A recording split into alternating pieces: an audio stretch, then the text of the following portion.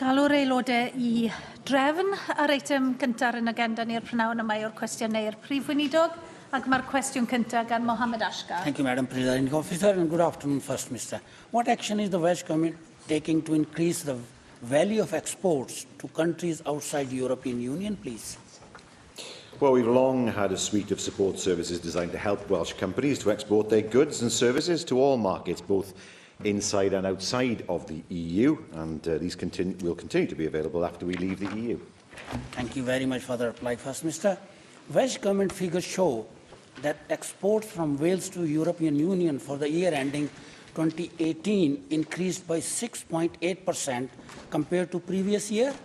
However, export to non-EU countries increased only by 0.3%. Given the failure of Welsh Government to diversify its export destinations, what action will he take to take advantage of the trading opportunities presented by Brexit, and will he follow the recommendation of the Economic Committee and appoint a trade minister to sell Wales to the world, please?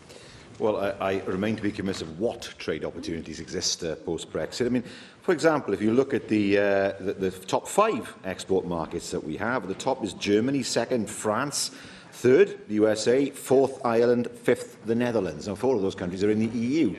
If we look further down to the top 10, then we find a situation where 8 are either in the EU or the Customs Union. Now, clearly, these are our major export markets. They are markets that we must seek to protect, while at the same time looking to expand our markets elsewhere, which is why, of course, we've opened and are in the process of opening more offices around the world in order to raise Wales's profile abroad. Caroline Jones. Diolch, Llywydd. First Minister, whilst it's true that currently the majority of Wales goods exports go to the EU, the growth prospects, regardless of Brexit, are not promising. The OECD, the World Bank and the IMF have all downgraded EU GDP growth forecast to around 1.5%, whereas China will see growth 5 to 10 times higher than that. So what specific steps is your government taking to capitalise on our growing trade with China and ensure that China becomes one of our major export markets for goods and services? Well, China comes in at number 11 in terms of the countries that we export to. We have, of course, 3 offices in China, looking to open another one, and their job, of course, is to promote links in every way between Wales and China. We will look to expand Wales's presence in every market around the world, including that market which is closest to us, the European market. Question 2, John Griffiths. Will the First Minister make a statement on Welsh Government policy for industrial heritage in Newport? Well, we're rightfully proud of our nation's rich industrial heritage. Over 1,000 industrial structures in Wales have statutory protection, including the iconic Grade 1 listed, of course, Newport Transporter Bridge, a truly significant historic structure, not only for Newport but for the whole of Wales. Yes, First Minister, the Transporter Bridge, having been built at the turn of the 20th century, is one of just 6 working bridges in the world today. It was originally built to transport steel workers across the River Usk to their place of work, and it holds very many memories for local people. I remember being on a transport bridge, going to school games in primary school, standing on one leg when it bumped at the end to see if you could remain on one leg, walking over the top, and of course, history of the miners' strike when it was hijacked by striking miners, and when a USA businessman wanted to buy it, dismantle it, transport it to the States and reassemble it. So there are so many stories around that Newport Transporter Bridge, the tranny as it's known locally. And I'm glad that Welsh Government is increasingly recognising this. Friends of Newport Transporter Bridge have an important project with the Heritage Lottery Fund to safeguard its future. And David Ellis-Thomas, just the other week, in answering a question from my colleague Jane Bryant, committed to putting it at the forefront of Welsh Government policy for industrial heritage in Wales.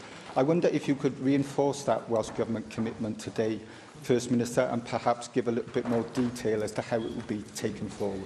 Well, my friend, the member for Newport, he suggested he'd walked over the bridge. Whether he was meant to do that or not, he doesn't explain further. But he's right to say, of course, that the bridge has played a huge part in Newport's history and is held with great affection in the hearts of the people of his constituency and indeed Newport West as well.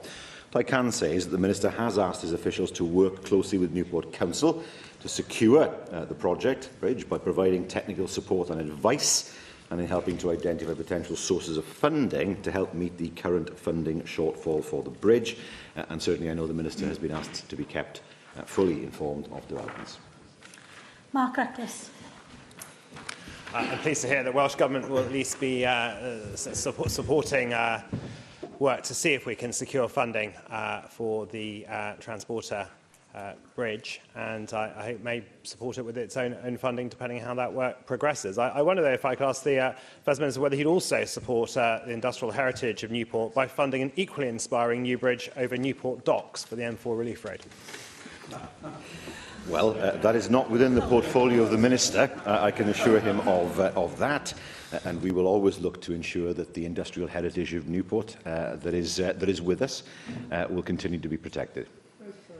Dyna nawr gan arweinwyr y pleidiau, arweinydd grŵp UKIP Gareth Bennett. Diolch, Llywydd.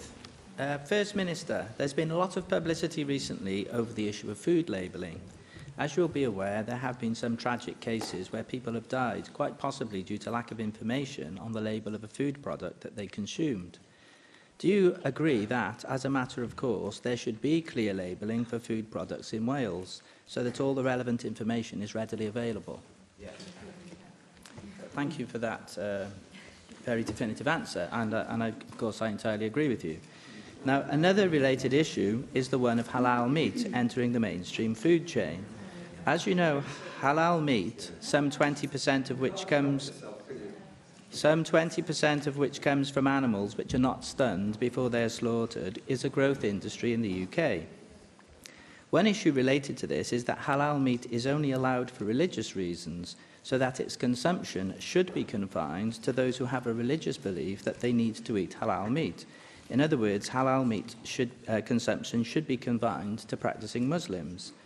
But we know that increasingly food retailers are offering halal food as a normal part of their menu. Sometimes it is hard even to see the labelling of halal food as such. So you could enter a takeaway shop or a restaurant and find that you are eating food which you later discover to be halal, which was not clearly labelled as such on the menu.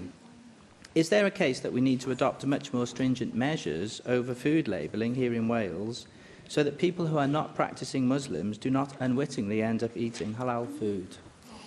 Well, I think people do understand and are able to make a choice. What should we have next? And should we insist that food is labelled kosher in order to, for people who are not Jewish to avoid eating that food? Should we label food, for example, so that it is acceptable to those who are Hindus, those who are Buddhists? Well, yes, we need to label food as accurately as possible, but I certainly don't take the view that somehow halal food should be singled out compared to other dietary regimes and other religions. You know, if you're going to suggest that about Muslims, are you going to suggest the same about Jews?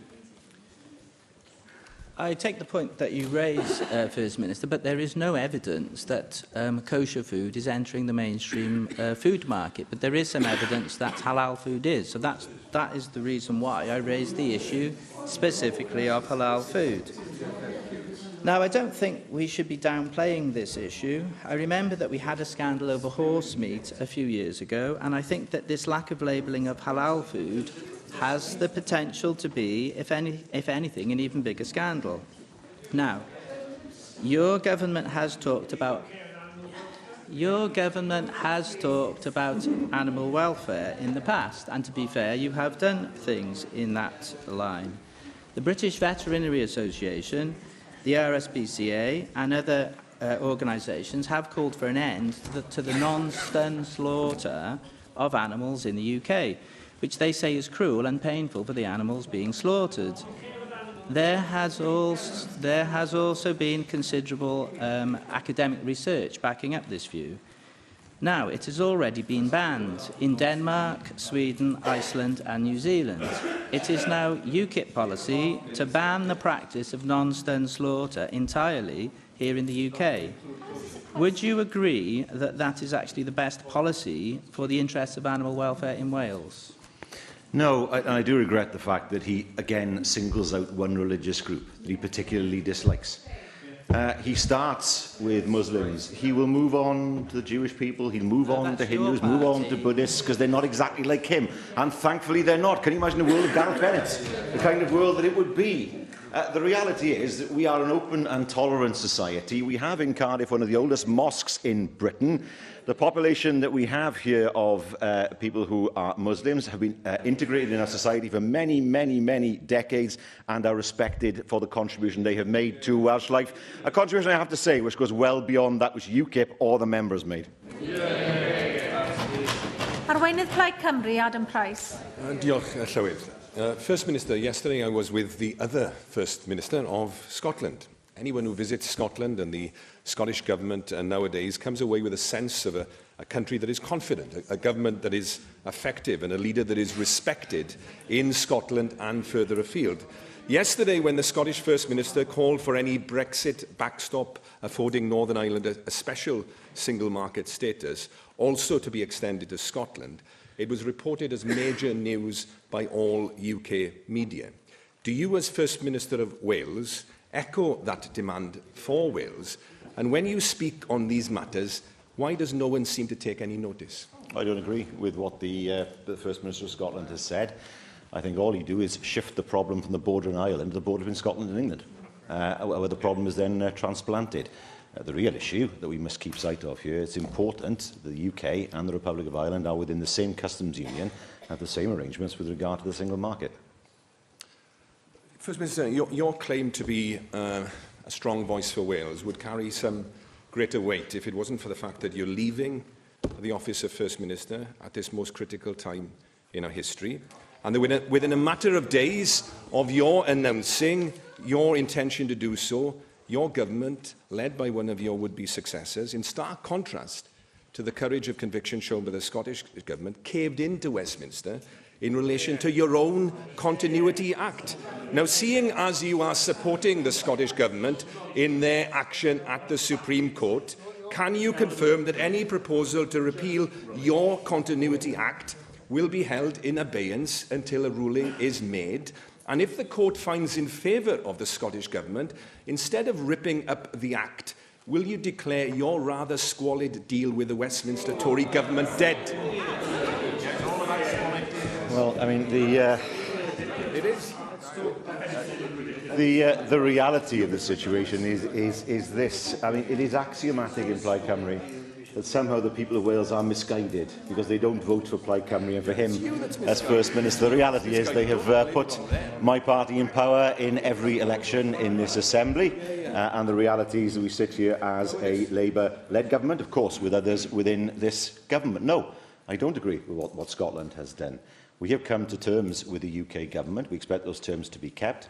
And what happens if the Scots lose the Supreme Court battle? They have nothing. They have nothing. We have an agreement. The Scots will have no agreement at all. And that, we think, is a far better prospect as far as Wales is concerned, rather than effectively playing blackjack with the future of the Union. You're being outflanked by the Scottish First Minister. You're even being outflanked. You're even being outflanked by Northern Ireland, who don't even have a First Minister or a government or an Assembly. It's less of a surprise, perhaps, that you're being outshone by the government of the Republic of Ireland. After all, they're an independent state, and there may be a lesson for this there, First Minister. I was very pleased that Irish diplomats were able to confirm to me at the weekend that they will now be reopening the Irish consulate here in Cardiff. Are you able to confirm, First Minister, that your government? He laughs. He thinks it's amusing that actually this is an important development in terms. This is an important development in terms of our key partner here. Are you as First Minister able to confirm that you will reciprocate by opening an office for Wales in Dublin? And to be clear, I don't mean a desk tucked away in a corner of the British Embassy. And finally, First Minister, given the Irish economy last year grew around 3 times as fast as the rest of Europe and 5 times as fast as Wales, do you think that the Irish view with envy the economic success story that Wales within the Union has so evidently been, and deeply regret the economic catastrophe that independence has proven for them? Well, first of all, we have an office in Dublin. He doesn't seem to know that.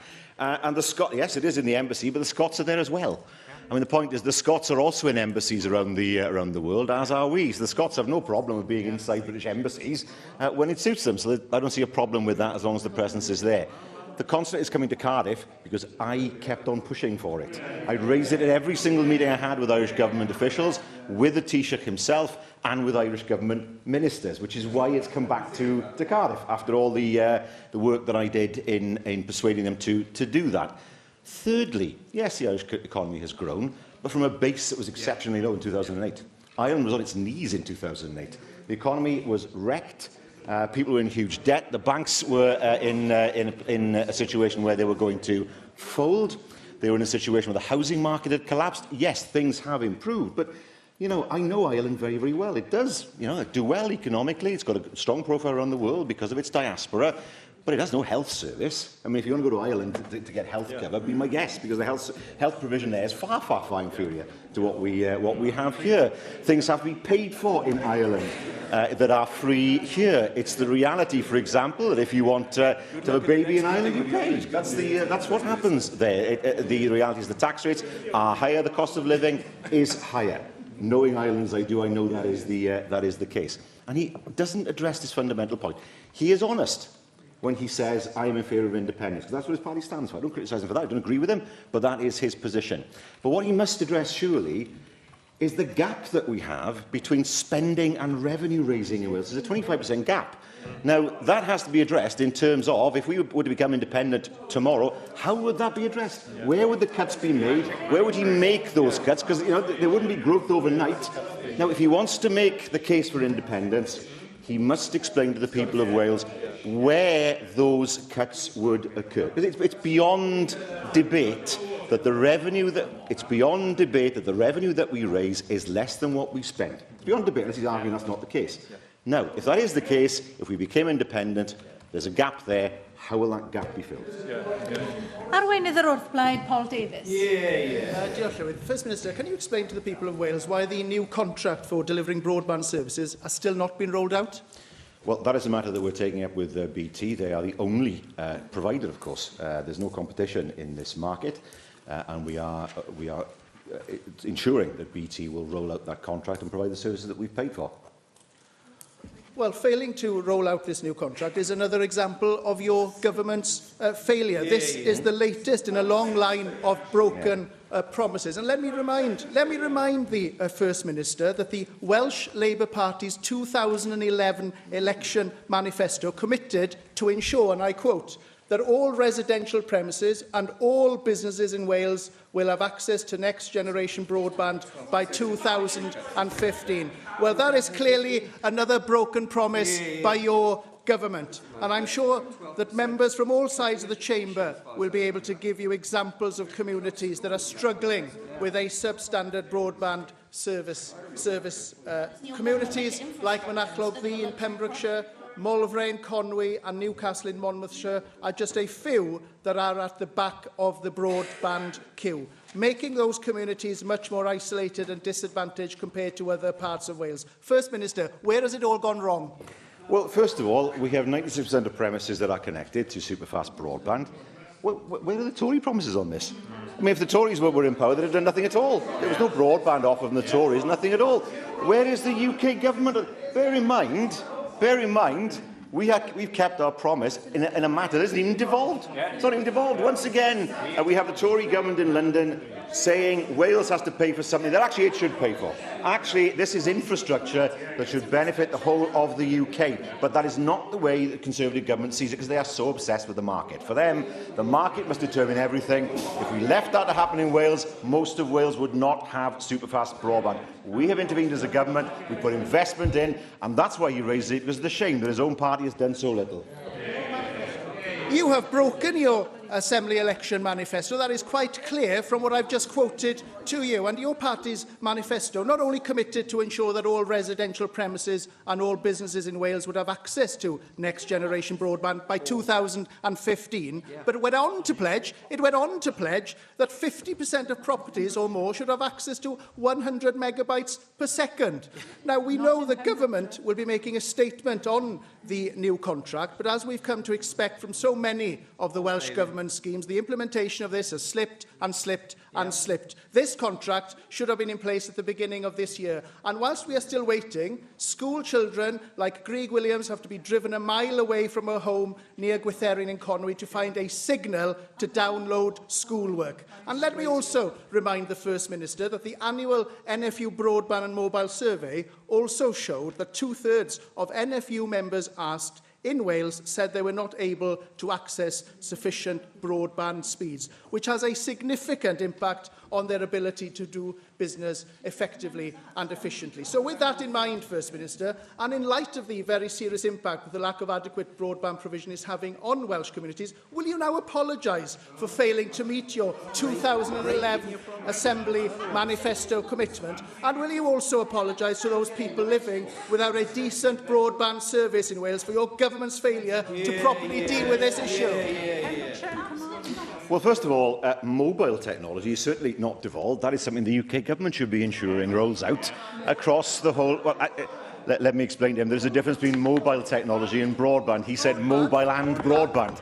Mobile is not devolved. Mobile phone technology and reception is a matter for the UK government. The reason why we have relatively poor coverage around the UK is because of the model that was adopted for mobile coverage in the first place. Too much money being paid to the UK government, not enough money then available to actually invest in the infrastructure. When it comes to broadband, he sits there as somebody from a party with no policy on this, but I've seen no policy at all. We have delivered for the people of Wales, in many, many communities up and down Wales, a broadband service that otherwise they would never, ever have had. I speak to businesses all around Wales who are able to access it. And he raised the 2011 manifesto. He raised the issue of school broadband. There is one promise that I know the people of Wales are delighted the Conservatives never had the opportunity to implement from their 2011 manifesto, and that was the 20% cut in education funding that they keep on forgetting about. Question 3, Mandy Jones. Diolch, Llywydd. Will the First Minister make a statement on animal welfare in North Wales? Well, the Wales Animal Health and Welfare Framework Implementation Plan sets out Welsh Government priorities, and the Cabinet Secretary's oral statement in June set out plans to maintain and enhance companion animal welfare in Wales, and she'll make an oral statement on farmed animal welfare next month. Thank you for that answer, First Minister. Finn's Law is currently making its way through the UK Parliament's legislative process. This law proposes to give special status to service animals, like police dogs and horses, where they are harmed, and removes the wiggle room around unnecessary suffering, available to perpetrators under Section 4 of the Animal Welfare Act 2006. I understand this change will come before the Assembly for consideration. First Minister, will your government please support Finn's Law? Well, these are matters that I know the Minister is looking at, and she will seek to look favourably in terms of implementing that law, but these are matters the Minister will deal with in due course. Mark Isherwood. I'm sure you'll join me in congratulating the winners of RSPCA Cymru's Community Animal Welfare Footprint Awards in North Wales, Conwy Council, Denbighshire Council, Wrexham Council, Ynys Môn Council and Clwyd Allen Housing Association and Cartrefi Cymunedol Gwynedd also. And also in acknowledging the delivery of animal welfare through local authorities being an important requirement of those local authorities. How, therefore, do you feel we should respond to concern raised with me this summer when I went out with an RSPCA inspector in Denbighshire about the recent spate of animal injuries in the areas caused by air rifles and crossbows? No, well, that's deeply distressing. First of all, I join him, of course, in congratulating the local authorities involved. Well, where, of course, animals have been injured with weapons, people should have no compunction in reporting the matter to the police. I know that after the event has occurred, it's far more difficult to track down the culprits, but where there is a pattern of behaviour in a particular area, at some point in time, those people will make a mistake, and quite often they get caught. But it's deeply distressing, of course, for those who own pets, and I would encourage them to, even if they think that nothing will happen, I'd encourage them to register the issue with the police and report it as a crime. Michelle Brown. Thank you, Presiding Officer. First Minister, I see that England, the government in England is introducing a ban on third-party puppy sales. I just would like to know from you, I mean, you're saying now that you're going to consider it. How long are you going to continue trying to regulate the misery instead of banning it outright? The Minister plans to make an announcement on that before the end of term. Pedwar, Jenny Rathbone. What assessment has the First Minister made of the Future Generations Commissioner's report, Transport Fit for Future Generations? Well, the Commissioner's sentiment on the benefits of investing in public transport, as well as walking and cycling infrastructure, is of course echoed by the Government, and the Cabinet Secretary responded to the Commissioner on the 28th of September. Thank you, First Minister. You'll be aware, I hope, that what the Future Generations Commissioner's report has highlighted is that a M4 relief road would actually increase the numbers using the M4 by 42,000 vehicles a day, increasing the emissions by 500,000 tonnes. Given the extent of the congestion and pollution problem that my constituents are suffering, I'm extremely concerned that this relief road would increase the number of people commuting into Cardiff and indeed Newport by car.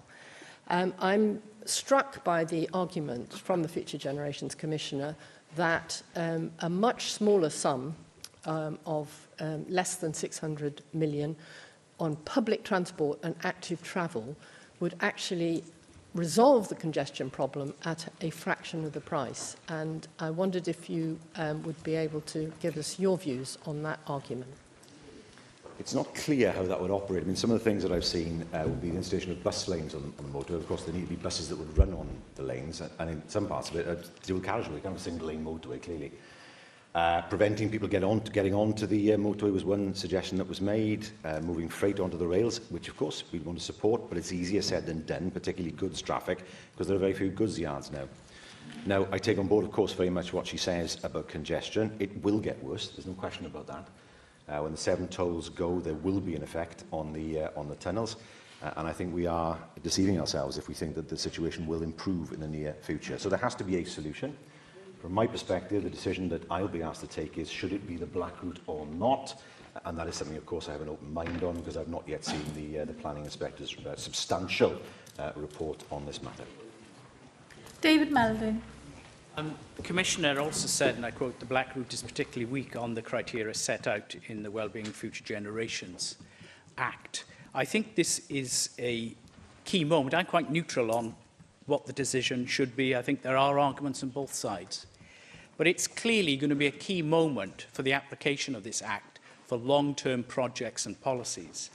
And I do hope the government will have some sort of method of responding in detail if it has to establish that it may be, in terms of the criteria set out, a decision that is not altogether aligned with it.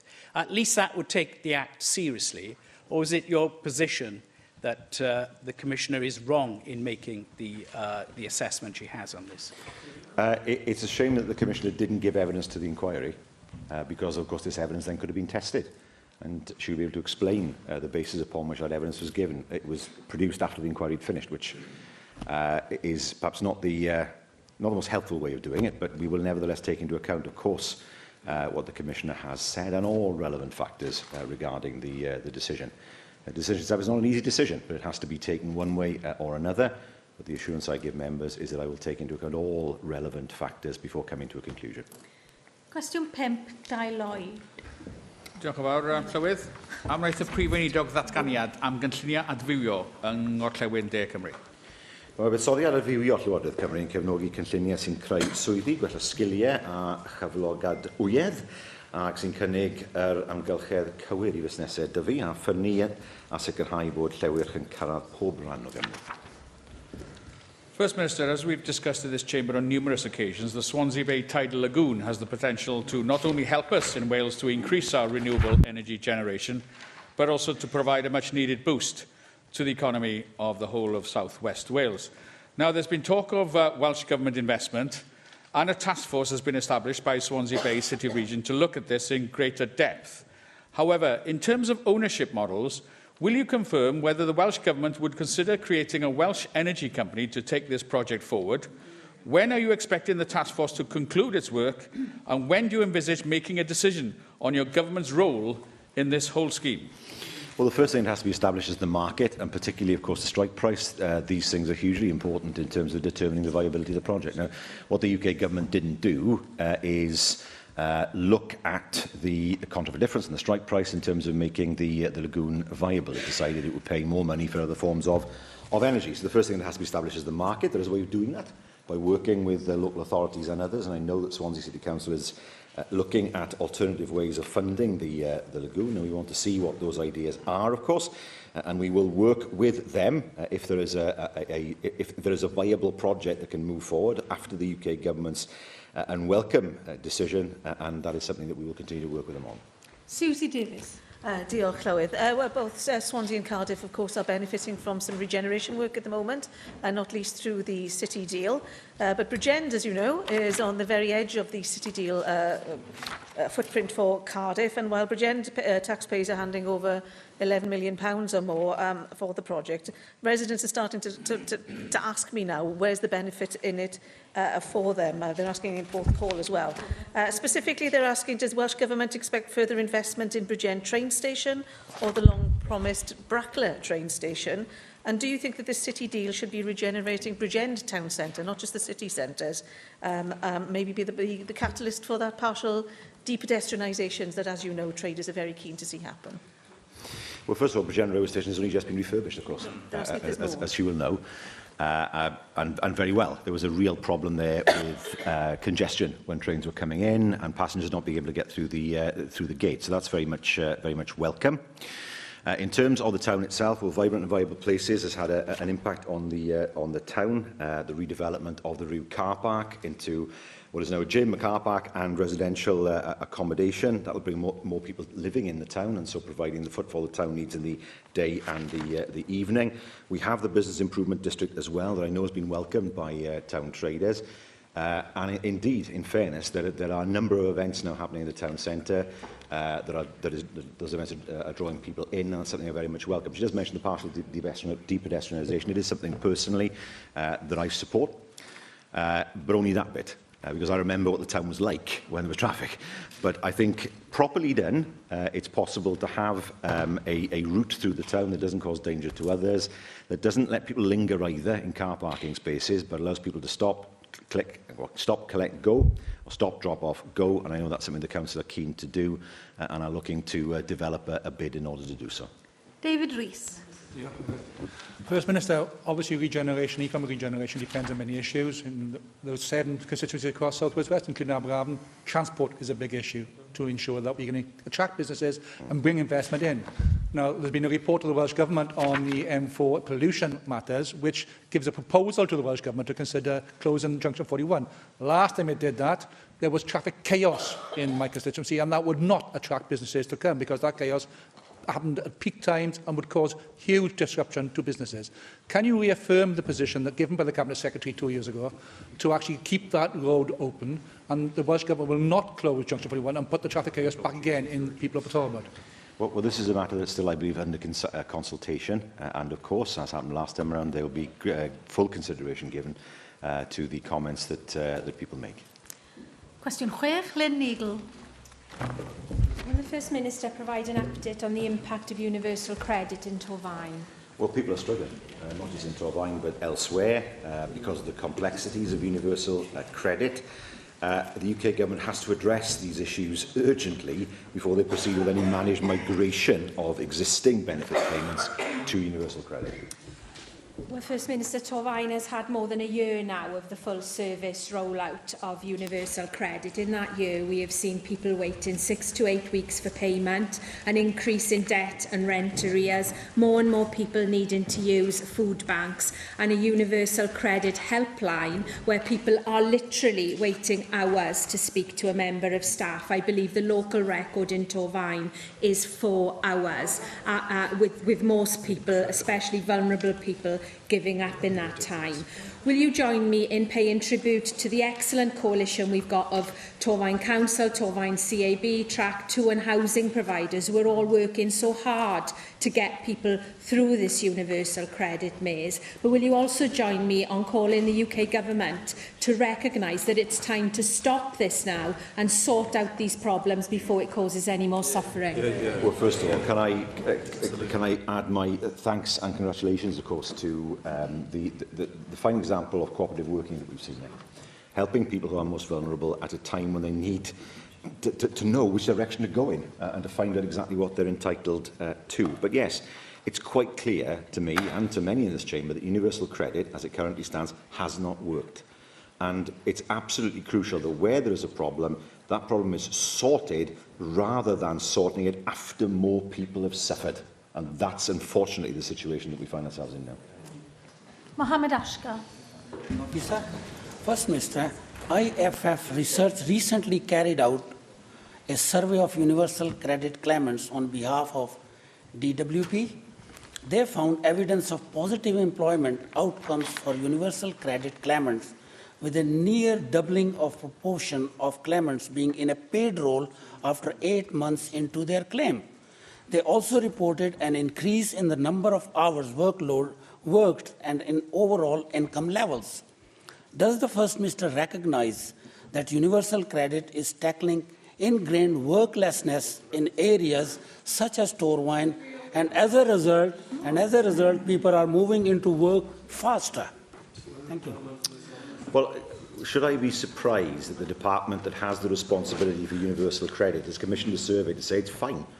I would have questions as to the objectivity. I don't know more about it, but the objectivity of such a survey. But let me say this to him. The real effect of universal credit is this. Community Housing Cymru recently reported that housing association tenants on universal credit in Wales are already over £1 million worth of debt in terms of rent arrears. According to their survey, a sampling of 29 housing associations in Wales, that survey was conducted with 3,475 people living in housing association homes in Wales. And that shows that each person is, on average, £420 worse off because of rent arrears. That's the reality of the situation when it comes to universal credit, and that's why it has to be halted and reversed. Question 7, Mark Reckless. What is the Welsh Government's assessment of the impact of a customs or regulatory border in the Irish Sea? Well, our assessment is set out in securing Wales's future. So, First Minister, you spoke eloquently last week about the importance of Northern Ireland and its peace process for Brexit. Doesn't the European Commission proposing a border of any sort in the Irish Sea act as a red rag to a bull for the unionist community in Northern Ireland? And shouldn't it instead apply its technical work for de-dramatising that proposed border to agreeing a free trade deal for the UK as a whole? Well, I think the answer is to have a deal that works for both sides. I've said that many, many times, and members will know my view as to what that would look like. I think it's right to say that the suggestion of any kind of apparent political border between the island of Ireland and the island of Great Britain is anathema to the unionist parties, and that's something that we've seen, of course. There are occasions, of course, where there's a great deal of cross-border cooperation. So when it comes to animal health, Ireland is one photo-sanitary unit. Northern Ireland is, in effect, not in the UK as far as that's concerned. And if you go to Northern Ireland, you are asked whether you're carrying food products. That makes sense from an animal health perspective. But no, I don't think that's workable. It would be very difficult for a UK government to agree to that. The unionist parties would not agree to it. What is the answer then? Well, as I've said many, many times before, stay in the customs union. The whole thing's resolved then. Rhina Piorwerth. Diolch. Yn siarad ar Channel 4 News yn y dyddiau diwethaf, mi ddwedodd Prif Weinidog Gweriniaeth yr Iwerddon Simon Coveney bod hi'n hurt i ddadlau bod modd osgoi ffin galed os oes na ddim cytundeb yn ei lle ar adael yr Undeb Ewropeaidd. Mi ddwedodd bod 1,077 yn rhagor o swyddogion tolla ag archwilwyr milfeddygol a diogelwch am gael ei recriwtio mewn meysydd awyr a phorthladdoedd i ddelio efo masnach o'r dwyrain i'r gorllewin. Ond i dydy hi'n anochel dan sefyllfa felly, bydd niwed mawr yn cael ei wneud i fasnach drwy borthladd Caergybi yn fy etholaeth i. Ac oni dydy hynny'n dangos mor anghyfrifol ydy cefnogwyr Brexit caled y blaid geidwadol, a pa mor anghyfrifol ydy llafur dan arweiniad Jeremy Corbyn i beidio bod wedi mynnu o'r dechrau bod rhaid yn ddiamod cadw aelodaeth o'r farchnad sengl a'r undeb tolla. Wrth gwrs, does neb yn dadlau fod unrhyw fath o ffin caled rhwng Gwriniaeth Iwerddon a Deyrnas Unedig. Does neb yn gweud bod nhw eisiau gweld hwnna.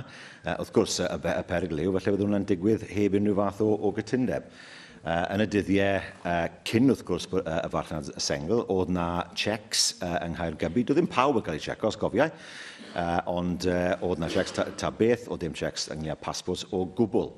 Ond mae yna berygl, wrth gwrs. Fe wedys i o'r blaen, os bydde fe'n edrych bod e'n rwyddach i fynd trwyddo porthladdoedd Gogledd Iwerddon na porthladdoedd Cymru, wel wrth gwrs bydd masnach yn cael ei effeithio o achos hynny a bydd nhw'n cael effaith negatif ar fasnach porthladdoedd Cymru. So, unwaith to. Beth yw'r ateb? Yr ateb yw sefyll ti yn yr undeb tolle ac wrth gwrs cael ymynediad mwyaf i'r farchnad sengl. Does dim rhaid sefyll yn yr undeb Ewropeaidd mwyn cael yna. Cwestiwn 8, Lian Wood. Well, what is the Welsh Government doing to tackle mental health problems in young people? Well, we're working with our partners to deliver a whole system improvement to the mental health support provided to young people, building on our successful work and investments since 2015 and delivering, of course, on our Prosperity for All commitments. This is not the first time I've raised this subject with you, but after the recent Panorama programme on mental health provision for young people, I was inundated with messages from parents in the Rhondda who feel that their children and teenagers have been let down by the system. The programme certainly touched a nerve, First Minister. One thing that could help is for school counselling services to be improved. Now, it's a statutory requirement for secondary schools in Wales to have an in-house counsellor, but provision remains patchy according to the Children's Society. They say that some schools provide an excellent service, while some schools provide no counselling services at all. This is an area under your control, First Minister. Many children and teenagers are being failed by the health service primarily, but also they're being failed within the education system as well. So will you commit to evaluating the service to make sure that there is a high-quality service, that it is good and consistently provided for all secondary school pupils right throughout the country? Well, I'd be extremely disappointed if secondary schools weren't providing the service that they're meant to provide. I think I've said in the Chamber before how much money we put into CAMS, but I think where the emphasis has to go now and what we're looking at is what happens in that gap between the counselling services and CAMS. Many young people won't go and see a counsellor in school because it's a little bit too close to home and people think that people will find out about it. And many young people don't actually need the kind of medical intervention that CAMS provides. So the emphasis now is going to be on how do we provide a level of counselling service outside of school for those who would benefit from that service without having to go into CAMS. So, as far as the 2019 to 20 draft budget proposals are concerned, they do include further planned investment in CAMS, but that will be targeted at meeting the needs of those who don't need the most specialist treatment and meet the needs of that missing middle. I think that's where we have to ensure that no gap exists. Janet Finch-Saunders. First Minister, October 10th is World Mental Health Day, and I'm sure that you would want to join me in offering our full support and gratitude to the many mental health service providers and charities who help our vulnerable people across Wales every day. However, suicide rates in Wales, and particularly amongst young people, are a very serious issue. Childline Cymru reporting a 20% increase in the number of calls it receives from children and young people suffering with suicidal thoughts and feelings. And what more worryingly, of late, children as young as 10 are now contacting these services. Will the First Minister make a statement on what action the Welsh Government is taking to reduce levels of suicide in children and young people, and what services it is providing to charities such as Childline Cymru in dealing with the rise of the number of cases? I remember some years ago there was a spate of suicides in Bridgend. I'm sure the member will remember it. Stoked, I have to say, with the media coverage of the time, which there's no doubt in my mind led to some young people taking their own lives. And that was a very difficult time for the people of Bridgend, and not just the town, but the entire county. So I've seen what can happen when there is a panic in terms of suicides. I had to deal with that myself in my own constituency. In terms of Childline Cymru, what's not clear, and never can be clear with these things, is does that mean that there are more young people who are feeling suicidal, or does it mean there are more young people who are reporting the issue, even though the numbers may well be steady? We can't know the answer to that question, but either answer is possible. She asked particularly what we're doing for young people. Well, again, we have school counselling. We have the money that we put into CAMS, and it is right to say that the waiting list for CAMS was unacceptably long at one point. It was 112 days at one point, now it's 28 days from referral. So performance has improved significantly since 2017, but of course more work needs to be done now in, as I said earlier on, plugging the gap between the school counselling services and the specialist medical help or psychiatric help that CAMS can provide. You know, what then can we do for those who fall between the gap at the moment?